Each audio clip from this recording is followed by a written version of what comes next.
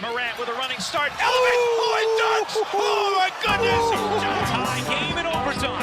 Gasol will turn. His heat is gone. Memphis on top. 7-10 remaining. Conley now with three. Count it. A 15-point lead for Memphis. And Blake Griffin gets into it on the floor with Randolph. Hard to tell if there are any punches being thrown under there, but Griffin took acceptance. Adams going long. Morant. He hit it. John Morant. Insanity. You gotta be kidding me. Welcome to Grits and Grinds, a Memphis Grizzlies podcast. Grizzlies win edition. My name is Keith Parrish. Also, the regular season is over edition. The Grizzlies beat the Mavericks in their final game of the regular season, snapping a 4-game home losing streak, but it didn't really matter because the Grizzlies lost to the Nuggets in the important game on Friday night, a day after losing an incredibly important showdown against the Timberwolves, and now the Grizzlies are in the play-in. The long slide from the 2 seed down to the play-in finished, and now the Grizzlies will be playing for their season or to make the playoffs on Tuesday night against the Warriors. If they lose that game, then they have a win or go home game on Friday. It's all very exciting, except, of course, none of us wanted this excitement. So on today's episode, I'm going to talk about the loss to the Nuggets. I'm going to talk about the rather enjoyable, lighthearted, and breezy blowout win over the Mavericks. And then I'm going to talk about some season-long things and, of course, look ahead to the play-in. So before we get into all of it, just a reminder, if you want to come cheer for the Grizzlies on Tuesday night in this huge play-in matchup against the Warriors, we, of course, have a long history with the Warriors. We have beaten the Warriors in a play-in game before. Much credit to Grayson Allen and Xavier Tillman being the heroes in overtime. So let's cheer for our Grizzlies at Noble's Beer Hall on Tuesday night. A late tip at 9 p.m. If you can just make it for the first half, that's great. Come hang out with other Grizzlies fans. I will be there giving away Grizzlies prizes. Noble's Beer Hall, 9 p.m. on Tuesday night, April 15th, tax day.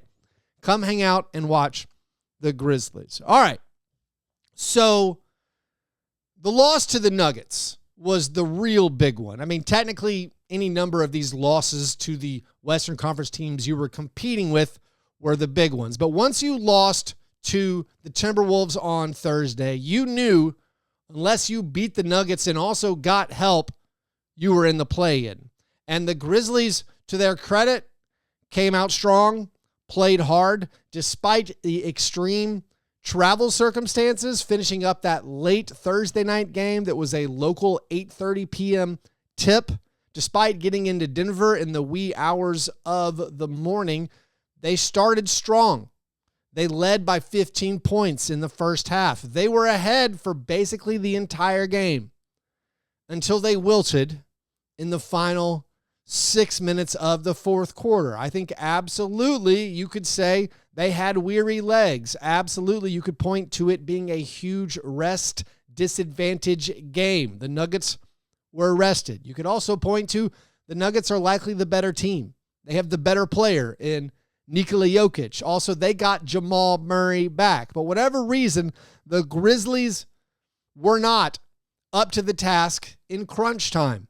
The Grizzlies missed their final 9 field goal attempts. They only managed 1 point in the final 6 minutes of the basketball game. The Nuggets finished the game on a 14-1 run. That, of course, knocked the Grizzlies. It meant they were absolutely a lock to be in the play-in. That's why the Grizzlies rested so many of their main players on Sunday against the Mavericks. By losing to the Nuggets, that means the Grizzlies lost or have lost now 14 straight games against the top 12 teams in the NBA. If you want to open it up to the Pistons and make it the top 13 teams in the NBA. This is every team that finished over 500 this year. Well, they've lost 14 of 15 against those teams. The season-long numbers, you finish 12 and 25 against the teams that finished over 500. And frustratingly, there's no clear cut like this is what always happens in the games. It isn't they always kind of fail down the stretch. I mean, against the Nuggets, they scored 14 points in the fourth quarter. That'll happen when you don't score or you don't make a shot in the final 6 minutes of the game. They were 4 for 18 from the field. Ja Morant was 1 for 6 in the quarter. Desmond Bane was 0 for 2. Jaren was 0 for 2. So that's 1 for 10 from Ja, Desmond, and Jaren in the fourth quarter. That's your big three. In the fourth quarter when it mattered against the Nuggets, they were 1 for 10. And then you look at the supporting cast, and I mean, that's going to be something I'm going to harp on for always when talking about this season. The other players that played in that fourth quarter, Luke Kennard played 6 minutes. Scottie Pippen Jr. played 10 minutes. Santi Aldama played 5 minutes. Vince Williams Jr. played 2 minutes. I mean, the whole team was essentially, or as far as the guys you thought could be available, everyone was healthy. Everyone played on the second night of the back-to-back. Vince Williams Jr. played for the first time on the second night of a back-to-back. Of course, Jalen Wells out for the season with that fractured wrist. You depended heavily on Scottie Pippen. Scottie Pippen Jr. has essentially become the Grizzlies' fifth best player. He's maybe more dependable than Santi Aldama at times. I don't know if that's good or bad. I don't know if riding the small ball so much is a winning formula, but it's what Tomas Isolo is doing. It's what Taylor Jenkins, I think, had been doing. Edey even played in the fourth quarter. Edey struggled against the Timberwolves offensively, wasn't very good against the Nuggets, but they did. Against the Nuggets, the Grizzlies ran their most pick and rolls of the entire season, most ball screens of the entire season. So this is, again, veering away from this new offense that everyone had been talking about for most of the early part of the season. They veered away from that. They played more traditionally, just screening for Desmond and screening for Ja Morant. And Ja Morant's scoring has gone up as a result of these things. But of course, I keep pointing out it was trending up anyways. But going to the supporting cast part, we're still talking about the guys we have to use. It's Luke Kennard, Santi Aldama, Zach Edey, and Scottie Pippen Jr. And most of the time, your fourth, fifth, sixth best players now are going to be worse than your opponent's fourth, fifth, and sixth best players. Looking at the scoring numbers over the swoon of the second half of the season, I think there's something interesting about it, although I don't know if it's correct to draw any conclusions. But the things that I'm noticing, or a thing I'm noticing, like about Ja Morant's scoring, a lot of talk has been made about, now they're going to run offense more conducive to Ja Morant. Since firing Taylor Jenkins, Ja Morant averaged 28.4 points per game. This is in 7 games. The Grizzlies went 2-5 in those games. I'm not drawing any correlations yet. But again, Ja's scoring was up before Taylor Jenkins got fired. You can look at everything post All-Star break. Ja's closer to 30 points per game, where before the All-Star break, he was closer to 20 points per game. Well, quite notably, the Grizzlies' record has gotten much worse. And again, I'm not drawing any conclusions yet. I don't know what the exact conclusions are. I think it's fair to point out that in difficult games against harder opponents, Ja Morant is going to need to usually do more. A lot of times he's going to be stuck with the ball when nobody else can get a shot. A lot of times we need Ja to carry us and save us. We have to call 12 in these situations. So I think that is some of the context you have to look at. But now let's break down some more numbers. Let's look at Ja Morant for the season. Ja Morant ended up playing 50 games this year. In the first 30 games he played, the Grizzlies were 21-9, and Ja averaged 20.7 points per game and 7.5 assists, roughly 21 points and 7.5 assists. During his final 20 games, he averaged 27 points per game, scoring way up over his final 20 games that he played.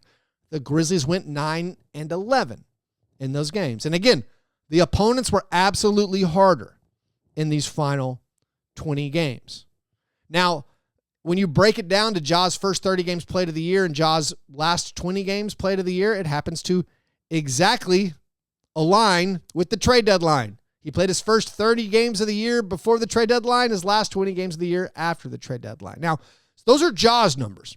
Shooting percentages, they haven't really changed. He's basically been 45% all year, which is not good for Ja Morant. He also had a lot of three-point issues. He ended the year on an upswing. The last 5 games of the year, the last 6 games of the year, that 5 or 6 game span, either way you cut it, those are the most three-pointers Ja Morant has made over any 5 or 6 game span of his career. The three-point shots are going in recently. Also, the three-point celebration going viral. After getting in trouble for the gun celebration, of course, he switched over to the grenade celebration. I haven't talked about it a lot on Grits and Grinds. I did talk about it a lot last week on Fast Break Breakfast. Please go check out that episode last week with Dave DeFore. I love the new grenade celebration. I think it's very, very funny. It's also now being done across the globe in multiple sports. But Ja's on an upswing as far as his three-pointers going in. Before that, a massive swoon. We're talking 10-game span, 15-game span, where he's around 20%. So the three-point shot hasn't been there basically all year, except for the final 6 games or so.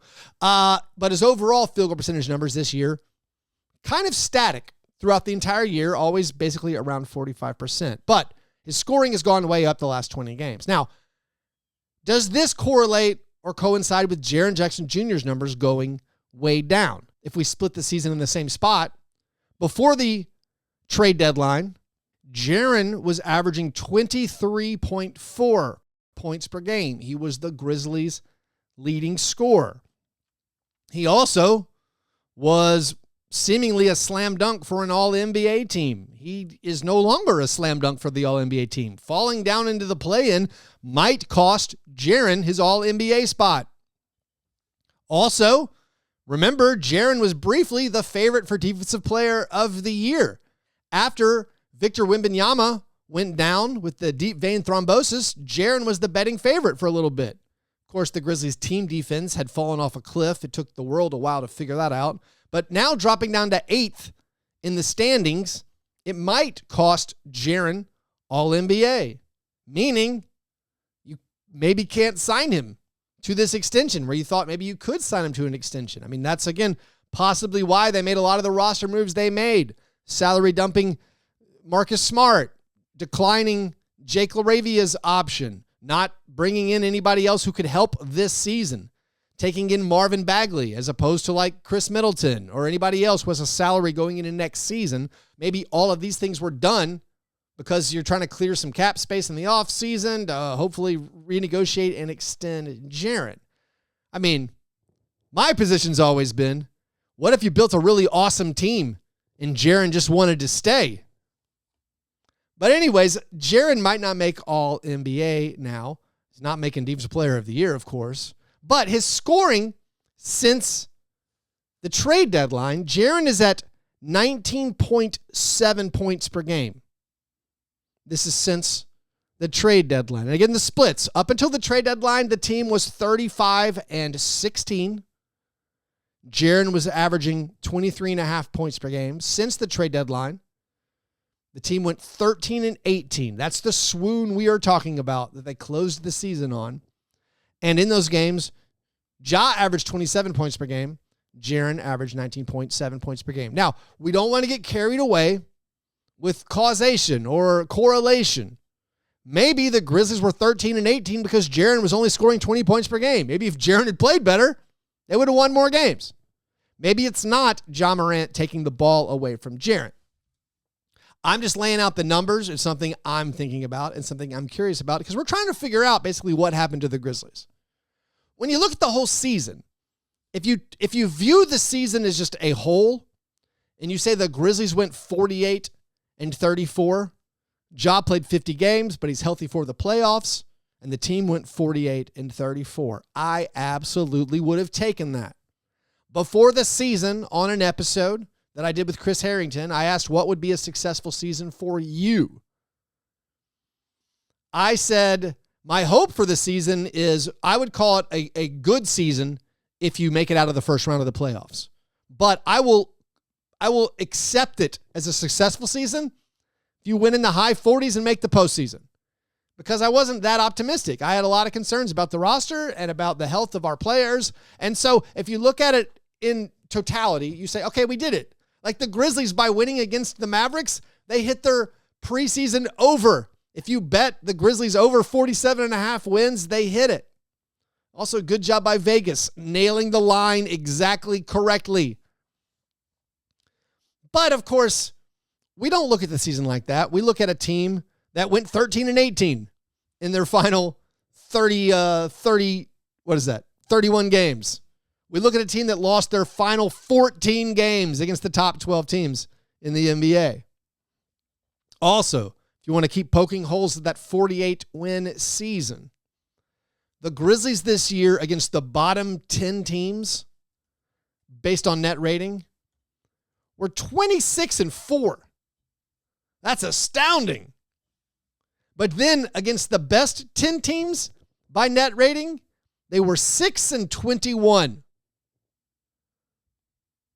So the Grizzlies were bad team merchants. They beat up on all the bad teams. They were 6-21 against the top 10 teams based on net rating. Also, something interesting about the Grizzlies' first half of the season and the second half of the season, this was pointed out by Owen Phillips, who writes a great newsletter called the F5. In the first half of the season, the Grizzlies were 5th in the NBA at three-point defense, meaning your opponent's three-point percentage. Now, is three-point defense a thing? Is opponent three-point percentage something you can't control that much? There's a debate. I mean, the Celtics are always good at three-point defense, even when players are wide open, so people think there's something they've figured out. But a lot of people think opponent three-point shooting, it's a variable you have very little control about. So the Grizzlies in the first 41 games, they were 5th in the NBA in opponent three-point percentage as far as it being bad. In the last 41 games, they were bottom 5. First 41 games, opponent shot 35% from 3. Last 41 games, opponent shot 38% from 3. Like that right there can explain a lot as far as wins and losses and your point differential going way down.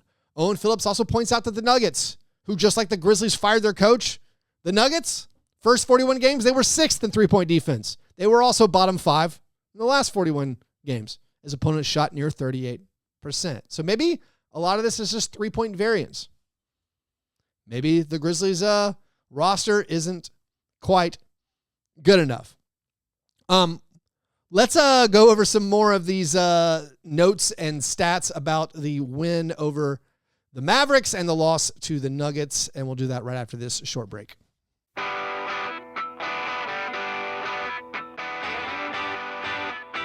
All right, I'm bouncing all around on this episode. I'm just going to go through the rest of my notes. In the Nuggets loss, they used an 8-man rotation in the second half, shortening that rotation like they've been doing. But Luke Kennard was a part of it. After not playing against the Timberwolves, Luke Kennard was the first sub in against the Nuggets. He had a pretty good game, and he was one of the 8 players tasked with playing in the second half. He was also one of the players who got the game off on Sunday. Luke finished the game against the Nuggets with 12 points, made 2 threes, had 4 assists and 6 rebounds. Ja had 21 points and 6 assists. Desmond Bane, 24 points, 6 assists. Zach Edey had 16 rebounds, had 8 points. Jaren, 18 points, only had 1 rebound.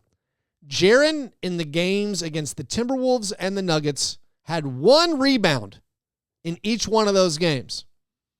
Now, I know Zach Edey is possibly inhaling all uncontested rebounds, and there aren't any uncontested rebounds anymore for Jaren to pad his stats with, but still, while rebounding is a sometimes I think overrated stat as far as just the total number of rebounds you get, having Jaren end up with 2 total rebounds in these crucial season-defining losses feels less than ideal. Vince, in his first back-to-back of the season, missed all 4 of his 3-point attempts, only had 2 points. Now, the win over the Mavericks where you started all your backups. I mean, it was a glorified pickup game, and it was, I think, quite enjoyable. You had Marvin Bagley getting a season high with 25 points and 11 rebounds, his first double-double of the season. Jay Huff was a monster out there. Jay Huff had a career high 22 points. He tied his career high with 6 blocks. He got 4 blocks in the first quarter. He was dunking the basketball everywhere. He backed down Caleb Martin. He looked like a young Dwight Howard, dunking in the ball over Caleb Martin. So a huge game from Jay Huff. Cam Spencer started, got a career-high 23 points and 7 assists. Vince Williams Jr., I was surprised he played. I thought since he's been starting and he's had health issues, it seems like all season, maybe he'd be given the day off. He wasn't given the day off, but he had a really good game. Had his first double-double of the season with 12 points and 11 rebounds. Had 5 assists. John Conchar got 6 steals off the bench. He's only the 3rd player in the NBA to do that this season. Ty Jerome and Tari Eason are the others. Oh, and by the way, Lamar Stevens, 31 points. By the way, 12 different Grizzlies players scored 25 or more points this season. This is from Grizzlies PR. That's a franchise record. The game, I think you thought, I mean, obviously, last game of the season where it doesn't matter, we've seen all kinds of bizarre stats. Dylan Brooks had a huge final game of the season, regular season, his rookie year. Of course, last year, Gigi scored over 40 points. The year before that, Kenneth Lofton Jr. scored over 40 points. So these stats mean nothing. However, I think Marvin Bagley did enough where probably people are going to be clamoring for him to possibly get a look. And I think that's reasonable. I know the game doesn't matter, but Marvin Bagley is a guy, when you give him minutes throughout his entire career, he's going to give you points and rebounds. And the Grizzlies have front court issues. Santi Aldama had a great shooting season, but Santi struggles on defense, and with no Brandon Clark as an option, with Zach Edey maybe not being the best defensive option at times, with Jaren, of course, not being ideal as a 5 if he doesn't have another switchable big alongside him, you're going to be needing options in the front court all postseason long.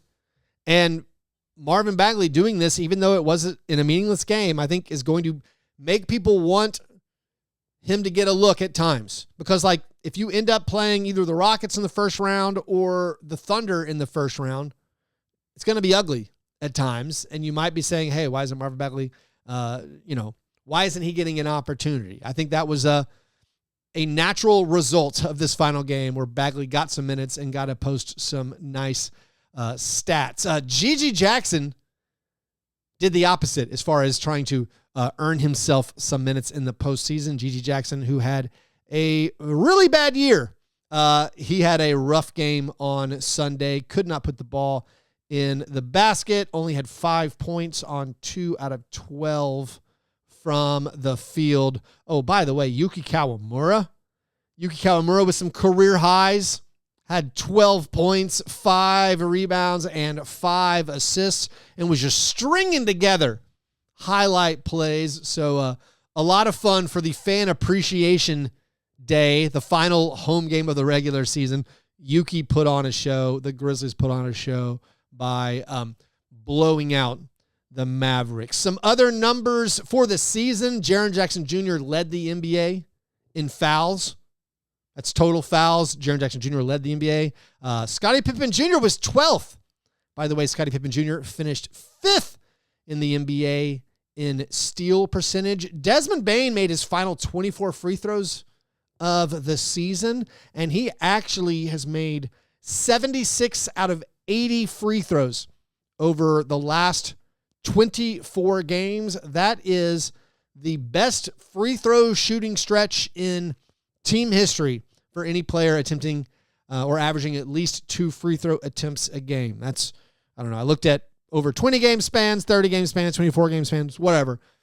Shooting 95% from the foul line over his last 24 games. Desmond raised his season free throw percentage to 89.4%. That's the second best mark in franchise history. trailing only his 2022 season where he made 90.3% of his foul shots. He has the 3 highest free throw percentage seasons in franchise history. He also finished 8th in the NBA in free throw percentage. So, regular season's over. Now you play the Warriors on Tuesday night. Of course, the Grizzlies, quite notably, are winless in California this season. Got swept in their road games against the Warriors, Kings, Clippers, and Lakers. So we're due. The Grizzlies are 7.5-point underdogs. The Warriors, of course, have been playing very, very well since acquiring Jimmy Butler. But anything can happen in these one-game playoffs, so it will be very, very exciting. Now, by finishing with a 48-34 record, the Grizzlies actually tied for the 12th best record in the NBA. It doesn't really feel like it. If the playoffs were seeded without conference, the Grizzlies would be they'd be tied for the 12th seed or the 11th seed. I don't know how it would, like they have the same record as the Bucks.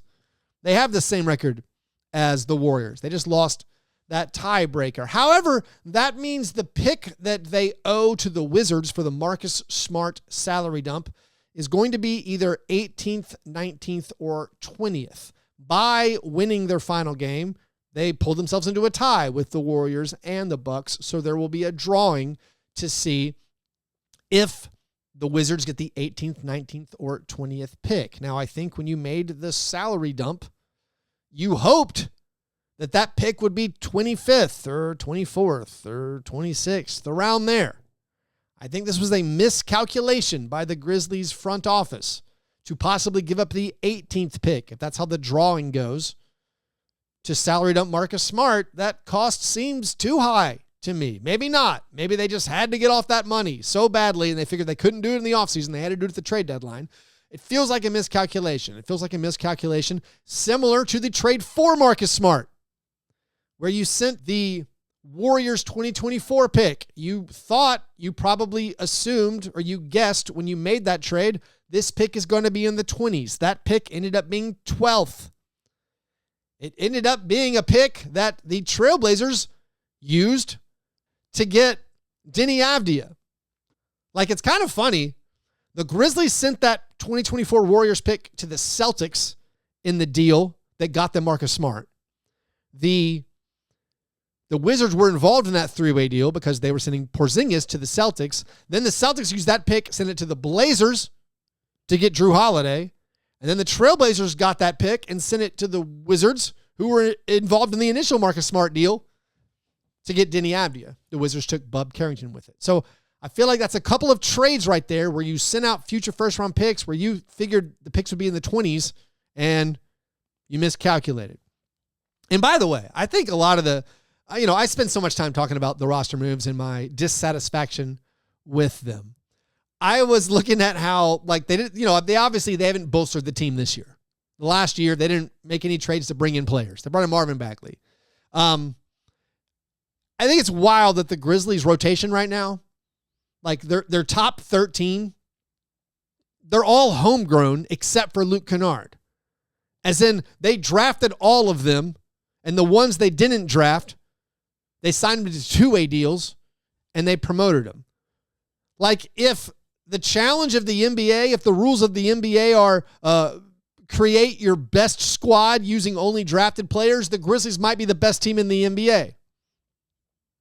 Of course, you're allowed to trade for players and sign players in free agency, and that's what the best teams have done. But, just going through the roster, Ja Morant, first-round pick, Jaren Jackson Jr., first-round pick, Desmond Bane, first-round pick, Zach Edey, first-round pick, Santi Aldama, first-round pick, Brandon Clark, first-round pick. That's amazing. It's a great job drafting. Jalen Wells, second-round pick. Gigi Jackson, second-round pick. Vince Williams Jr., second-round pick. And then there's John Conchar, signed as undrafted free agent, promoted off of two-way. And then Jay Huff and Scottie Pippen Jr., both promoted off of two-ways.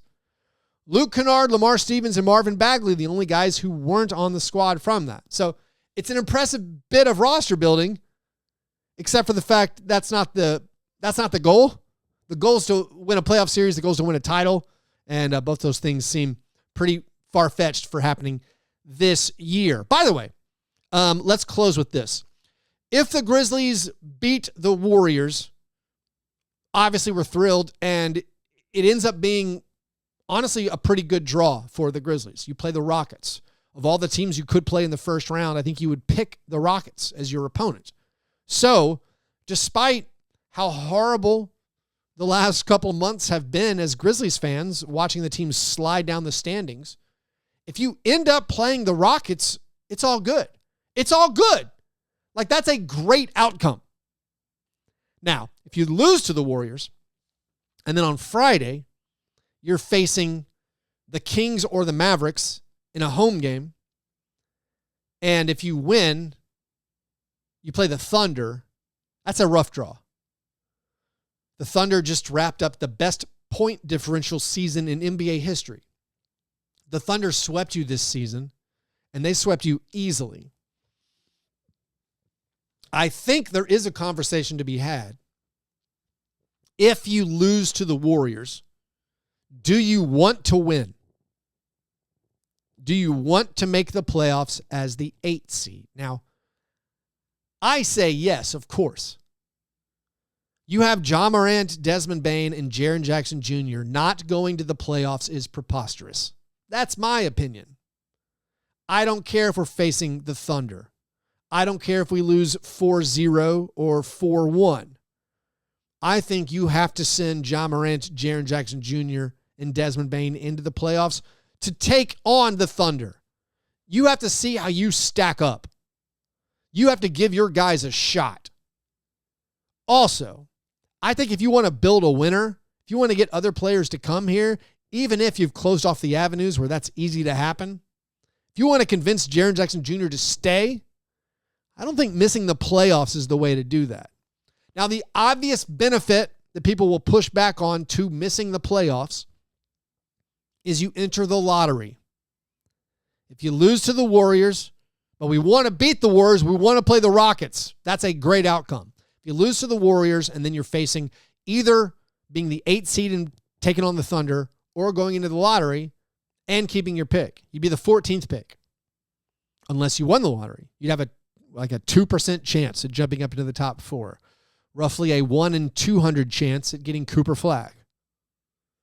Would you rather have that or 2 playoff home games? Guaranteed 2 playoff home games. For me, it's easy. I want 2 playoff home games. I want Ja Morant in the postseason. I want Jaren Jackson Jr. in the postseason. If you simulated this on like 2K, if there weren't fans involved, if there weren't season ticket holders involved, okay, you might consider the best option being, let's go get a draft pick, either the 14th pick or maybe we get incredibly lucky and jump up. But there are fans involved. There are season ticket holders involved. There are television viewers involved. And so for that reason, for the players involved, like all the players want to be in the postseason. They don't care about a 14th pick. So I felt I had to acknowledge it because that's going to come up if the Grizzlies lose to the Warriors. But for me, you have to go for the wins. For the players, you have to go for the win. I think for the fans, you have to go for the win. But anyways, Tuesday night, late watch party at Noble's Beer Hall in Nashville. Friday, if they play on Friday, I am almost certain we will have a watch party in Nashville. Stay tuned to my social media for details on that, or listen to the episode of Grits and Grinds that'll come out later this week. Anyways, if you want more stuff from me, if you want to join my Slack channel, if you want a bonus episode of Fast Break Breakfast that I did a couple of weeks ago, you get all that at patreon.com/fastbreakbreakfast. Hope you guys have a wonderful Monday. Tuesday is going to be an incredibly exciting and important day as a Grizzlies fan. I can't wait. Anyways, thanks for listening. I'll talk to you soon. Go Grizz.